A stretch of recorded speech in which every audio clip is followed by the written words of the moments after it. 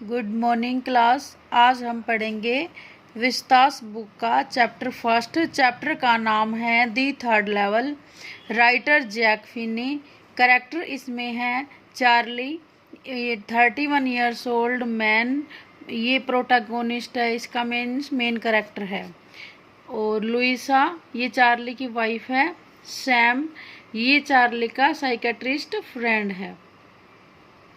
अब इसमें मैं कुछ कीवर्ड्स बता देती हूँ। वेकिंग ड्रीम विश फुलफिलमेंट, यानी कि day dream which can seen during waking, तो यानी कि जगते हुए सपने देखना। Temporary refugee means shelter for some time, कुछ समय के लिए आश्रय लेना। Subway, underground passage. 10 gabardine suit, ये वाटरप्रूफ सूट होता है। वेंडरबिल्ट एवेन्यू, यानी कि एक रास्ते का नाम है। वे नेम, डक्ड मीन्स बेंट, यानी डाउन होना। फर्स्ट डे कवर, ये मेन वर्ड है इस चैप्टर का। First day cover means envelope of new issued stamp, यानी कि जब भी स्टैम्प का जो फर्स्ट डे होता है, जब इशू होती है, तो जो स्टैम्प कलेक्टिंग का काम करते हैं वो जाते हैं पोस्ट ऑफिस में और एक एनवलप लेते हैं, उसके ऊपर स्टैम्प लगाते हैं और उसके अंदर एक खाली लिफाफा डालते हैं और उसको अपने घर के एड्रेस पर भेज देते हैं। तो वो इसलिए भेजते हैं पोस्ट ऑफिस से क्योंकि उस पर डेट प्रूफ हो जाती है कि ये फर्स्ट डे वाले दिन ही कलेक्ट की गई थी। तो ये एक हॉबी होती है। जब भी स्टैम्प नहीं आती है तो जिनकी हॉबी होती है वो ये काम करते हैं। First day cover. तो corridor, long narrow passage in front of room के सामने जो एक कवर एरिया होता है और नैरो होता है ये। टाइम स्क्वायर, ये प्लेस नेम है। स्पीटून्स, ये कंटेनर होता है यूज्ड फॉर स्पीटिंग, थूकदान भी बोलते हैं इसको। Philately, it is a hobby to collect ticket in order to keep alive past, यानी कि एक ऐसी हॉबी होती है टिकट कलेक्टिंग की जिसके द्वारा हम पास्ट को अलाइव रख सकते हैं। और भी बहुत सारे वेज हैं जिनके द्वारा हम पास्ट को अलाइव रख सकते हैं, जिंदा रख सकते हैं। जैसे म्यूज़ियम होते हैं, उसमें हमारे पास्ट के जो मटेरियल होता है वो अवेलेबल होता है। हिस्टोरिकल बिल्डिंग्स होती है या कोई भी हिस्टोरिकल प्लेस होता है तो वहाँ से हमें पास्ट के बारे में पता चलता है। और एंशियंट बुक, कोई भी बुक हो गई, उसको भी पढ़ के हम पास्ट के बारे में पता लगा सकते हैं। तो इस तरह से हम अपने पास्ट को अलाइव रख सकते हैं, जिंदा रख सकते हैं। तो ये जो दी थर्ड लेवल स्टोरी है ये एक इमेजिनेटिव स्टोरी है। इसके अंदर चार्ली होता है, इसकी वाइफ होती है लुइसा और सैम होता है। जो चार्ली होता है वो इमेजिनेशन में, कल्पना में ग्रैंड सेंट्रल स्टेशन के थर्ड लेवल में पहुंच जाता है। रियलिटी में तो कोई थर्ड लेवल होता ही नहीं है। ग्रैंड सेंट्रल स्टेशन पर सिर्फ 2 ही लेवल होते हैं। लेकिन ये जो चैप्टर लिखा गया था वो लिखा गया था 1957 या 8 में। तो उस समय, उससे कुछ समय पहले फर्स्ट वर्ल्ड वॉर और सेकंड वर्ल्ड वॉर दोनों हो चुके थे। तो जो हमारा ये वर्ल्ड था वो पीसफुल नहीं था, इनसिक्योरिटी थी, वॉर का फियर था और हर जगह पर टेंशन ही टेंशन थी।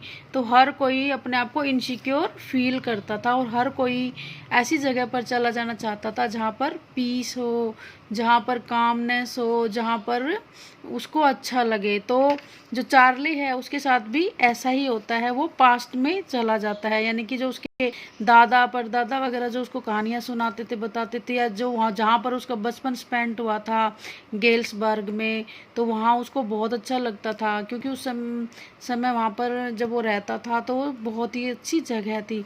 तो वो वहाँ पर जाना चाहता है या फिर वो ऐसी जगह पर जाना चाहता है जहाँ पर उसको सिक्योरिटी मिले। तो बस इसकी ही पूरी कहानी है कि वो कल्पना में चला जाता है, लेकिन सच में ऐसी कोई जगह नहीं होती। तो पूरा इस चैप्टर में बताया गया है, तो हम इस चैप्टर में पढ़ेंगे। chapter name is The Third Level and writer name is Jack Finney. So let us start chapter. The president of New York Central and the New York, New Haven and Hartford railroads will swear on a stack of timetable that there are only two. जो president है new York central and new heaven and Hartford rail road के जो president है वो time table जो पड़ा है trains का, उनकी कसम खाकर कहेंगे कि यहाँ पर दो ही लेवल है। ग्रैंड सेंट्रल स्टेशन के दो लेवल है, बट आई से देयर आर थ्री, लेकिन मैं बोलता हूँ ये तीन है। कौन कह रहा है ये बात? चार्ली कह रहा है।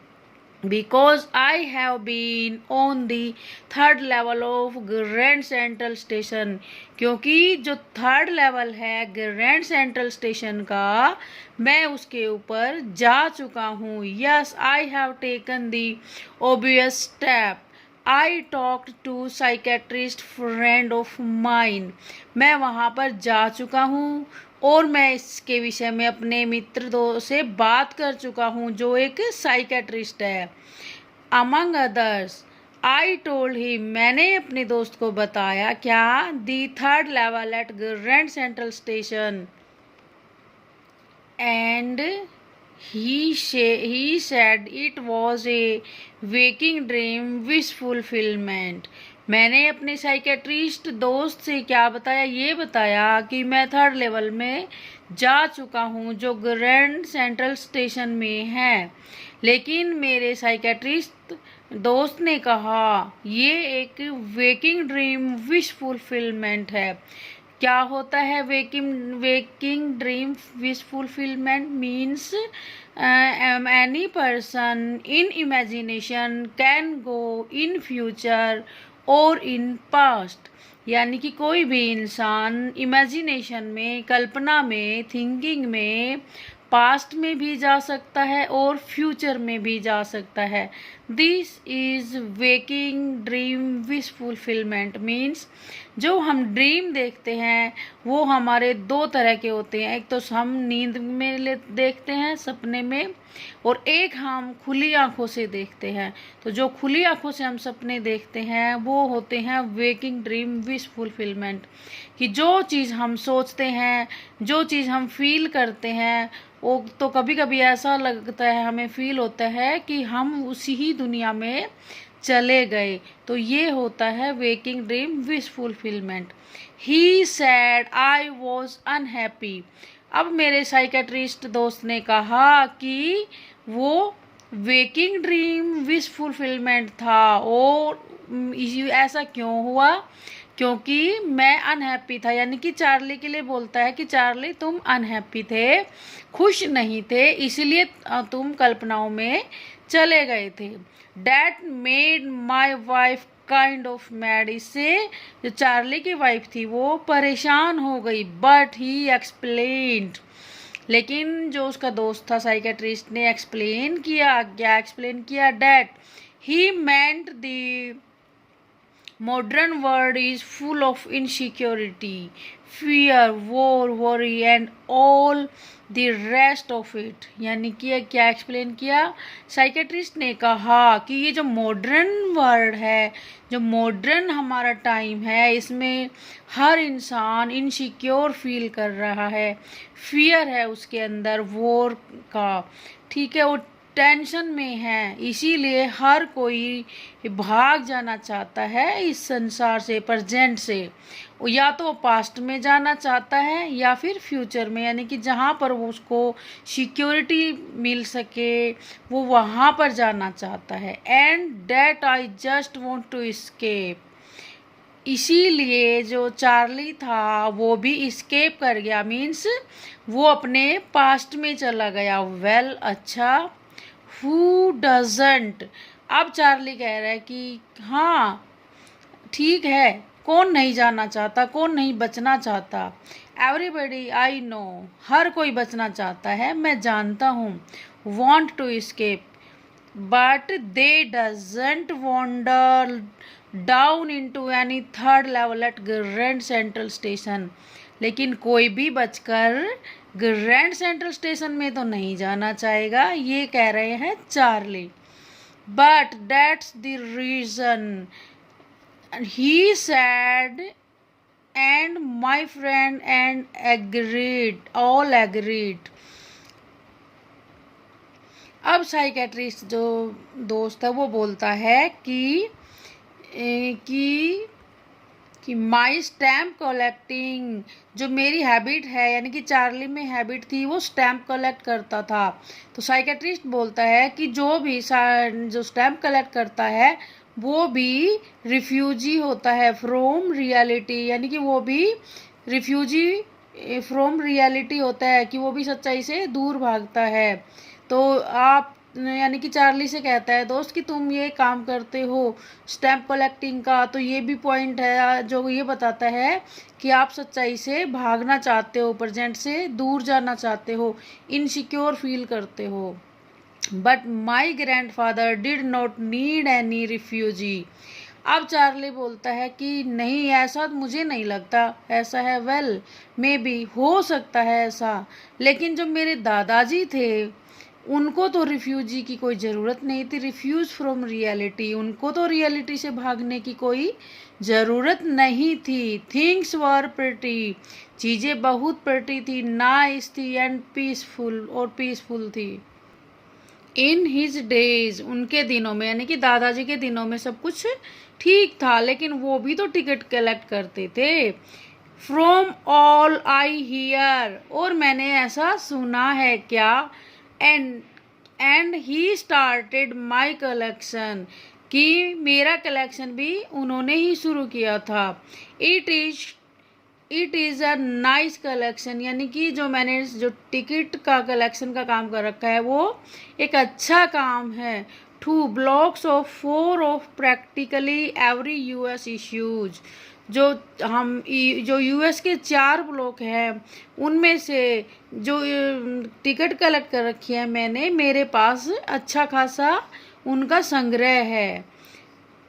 And so on president Roosevelt collected stamps to you know, क्या तुम जानते हो जो रूजवेल्ट थे, वो प्रेसिडेंट थे अमेरिका के, वो भी तो टिकट कलेक्टिंग करते थे, उनको भी तो हॉबी थी टिकट कलेक्टिंग की, तो उनको क्या ज़रूरत थी रियलिटी से भागने की। ये पॉइंट अपने रख रहा है चार्ली अपने साइकेट्रिस्ट दोस्त के सामने, जबकि उसके दोस्त ने कहा था कि जो टिकट कलेक्टिंग करते हैं वो रियलिटी से भागते हैं। तो इसीलिए चार्ली अपने पॉइंट रखता है कि नहीं, ऐसा नहीं होता, मेरे दादाजी भी टिकट कलेक्ट करते थे और प्रेसिडेंट रूजवेल्ट भी करते थे, तो उनको तो कोई भागने की ज़रूरत नहीं थी, इसीलिए ये पॉइंट मुझे सही नहीं लगता।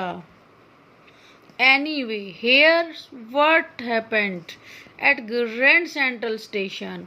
अब कह रहा चलो छोड़ो ठीक है जो भी है, लेकिन मेरी वो बात तो सुनो, मैं जो सेंट्रल स्टेशन में गया था तो मेरे साथ क्या हुआ। वन नाइट लास्ट समर, ये बात है लास्ट समर की, एक रात को, I worked late at the office, मैं ऑफिस में काम कर रहा था। ये चार्ली बता रहा है। अब जब ग्रैंड सेंट्रल स्टेशन में के 3rd लेवल पर चला गया था तो वो कैसे गया था, यहाँ पर एक्सप्लेन कर रहा है। I was in a hurry to get uptown to my apartment, मैं अपने अपार्टमेंट, अपने फ्लैट में जाने की जल्दी में था। So I decided to take the subway from Grand Central, तो मैंने ग्रैंड सेंट्रल से सबवे वाला रास्ता ज़्यादा सही समझा। सबवे होता है ज़मीन के अंदर से जो रास्ता होकर जाता है, उसको सबवे बोलते हैं। Because it is faster than the bus, so मैंने डिसाइड किया क्या कि मैं सबवे से ग्रैंड सेंट्रल स्टेशन से होते हुए, सबवे से होते हुए जल्दी चला जाऊंगा, क्योंकि जो सबवे है वो बस वाले रूट से ज़्यादा सही रहेगा, क्योंकि इस रूट से, सबवे वाले रूट से मैं जल्दी पहुंच जाऊंगा, ऐसा चार्ली सोचता है। But I don't know why this should have happened to me. लेकिन मुझे नहीं पता ये सब मेरे साथ क्यों हुआ। यहाँ पर चार्ली बोल रहा है, to me I am just an ordinary guy named Charlie. मैं एक साधारण सा इंसान, 21 years old and I was wearing a tan gabardine suit। तो मैंने एक गैब्राडाइन होता है वाटरप्रूफ कोट, यानी कि जो उसने सूट पहन रखा था वो वाटरप्रूफ था और चमड़े का बना हुआ था, पहना हुआ था। And A straw hat with A fancy band, और उसने एक हैट पहना हुआ था जिसके ऊपर फैंसी बैंड लगा हुआ था। जैसे कि ये उसने हैट पहन रखा है, उसके ऊपर ये फैंसी बैंड लगा हुआ है, बैंड लगा हुआ था। I passed A doesn't mean who looked just like me, और वहाँ पर दर्जनों लोग थे जो मेरे जैसे दिख रहे थे। And I was not trying to escape from anything, और मैं किसी से भी बचने की कोशिश नहीं कर रहा था। I just wanted to get home to Louisa my wife, और मैं जितनी जल्दी हो सके घर पहुंचना चाहता था अपनी पत्नी लुइसा के पास। I turned into Grand Central from Vanderbilt Avenue। Vanderbilt Avenue means रास्ता, Vanderbilt जगह का नाम है। Vanderbilt Avenue से होते हुए मैं ग्रैंड सेंट्रल स्टेशन पहुंच गया। And went down the steps to the first level, और स्टेप से, सीढ़ियों से होते हुए मैं नीचे चला गया फर्स्ट लेवल पर। Where you take and went down to where you take trains like the 20th century।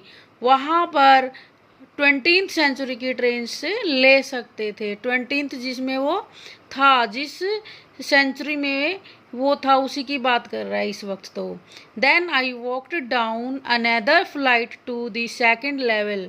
उसके बाद वो सेकेंड लेवल पर चला जाता है, कौन? Charlie. Where the suburban trains leave from ducked into an arched doorway heading for the subway. अब वहाँ सेकंड लेवल पर वो चला जाता है, वहाँ पर सब अर्बन होता है छोटे छोटे शहरों के लिए ट्रेन जाना, तो वहाँ से छोटे छोटे शहरों के लिए ट्रेन जाती थी। वेयर आई सब अर्बन ट्रेन्स लीव फ्रॉम, और वहाँ से छोटे छोटे शहरों के लिए ट्रेन जाती थी। Ducked into an arched doorway. Ducked means bent होना, झुककर। मैं एक आर्क्ड होता है इस तरह का गेट बना होना, तो इस तरह का गेट बना हुआ था, तो उसके अंदर से मैं अंदर चला गया सिर झुकाकर। For the subway and get lost, और वहाँ पर गुम हो गया। That's easy to do, I have been bumping into, I have in and out of Grand Central hundred of times। मेरे साथ तो ऐसा कई बार हो चुका। ग्रैंड सेंट्रल स्टेशन में सैकड़ों बार मैं जाता हूँ और फिर वापस आ जाता हूँ। But I have always bumping into new doorways, और मैं जो नए नए डोरवेज होते हैं, दरवाजे होते हैं, स्टेयर्स होते हैं, कॉरिडोर्स होती है जो रूम होते हैं, उसके सामने जो कवर एरिया होता है उसको बोलते हैं। तो कॉरिडोर से होते हुए मैं, बम्पिंग मीन्स टकराना, इधर उधर टकरा कर मैं वापस आ जाता हूँ। अब वो वहाँ पर कहाँ पर है, वो आर्क्ड डोरवे में वो एंटर कर गया, और वहाँ पर उसको लग रहा है कि वो गुम हो गया। तब वो सोच रहा है कि कोई बात नहीं, मैं इसमें गुम हो गया तो मैं वापस निकल जाऊँगा। ऐसा तो मेरे साथ कई बार हो चुका है कि मैं इधर उधर जाता हूँ और फिर वापस सही निकल जाता हूँ। तो अब वो सोच रहा है, जो डोरवे के अंदर ही सोच रहा है कि क्या सोच रहा है once I got into a tunnel, एक बार एक टनल में चला गया था। अबाउट अ माइल लॉन्ग, और वो लगभग 1 मील लंबी थी। And came out in the lobby of Roosevelt hotel, जब मैं बाहर निकला तो कहाँ पर आकर पहुंचा? रूजवेल्ट होटल की लॉबी में। जो होटल होता है उसके बीच में जो हॉल होता है उसको लॉबी बोलते हैं। तो मैं वहाँ पर जाकर निकला। अनदर टाइम, ऐसा ही मेरे साथ एक बार और हुआ था। I came up in an office building on 46 street 3 block away, एक बार भी मैं ऐसे ही एंटर कर गया था किसी टनल में। तब मैं जाकर कहाँ निकला? मैं निकला एक ऑफिस में निकला, 46 गली नंबर और ब्लॉक नंबर 3 की एक बिल्डिंग, ऑफिस बिल्डिंग में निकला। Sometimes I think grand central is growing like a tree, कभी कभी मुझे लगता है कि जो ग्रैंड सेंट्रल है वो एक ट्री की तरह ग्रो अप कर रहा है, बढ़ रहा है। Pushing out new corridors and staircase like roots, और जो इसमें कॉरिडोर्स हैं और जो इसमें स्टेयरकेस हैं, जो सीढ़ियां हैं, वो ऐसे बढ़ रही है जैसे किसी पेड़ की रूट बढ़ रही हो। यानी कि जब भी वो जाता था तो उसमें हमेशा कुछ ना कुछ न्यू बना रहता था, कंस्ट्रक्शन का काम चलता रहता था। कभी कॉरिडोर बन रहे हैं, कभी स्टेयरकेस बन रहे हैं, तो उसको ऐसा लगा जैसे एक पेड़ में ग्रोथ होती रहती है ट्री में, इसी तरह से इसमें भी ग्रोथ होती रहती है। जितनी बार मैं यहाँ आता हूँ हमेशा नई ग्रोथ देखता हूँ।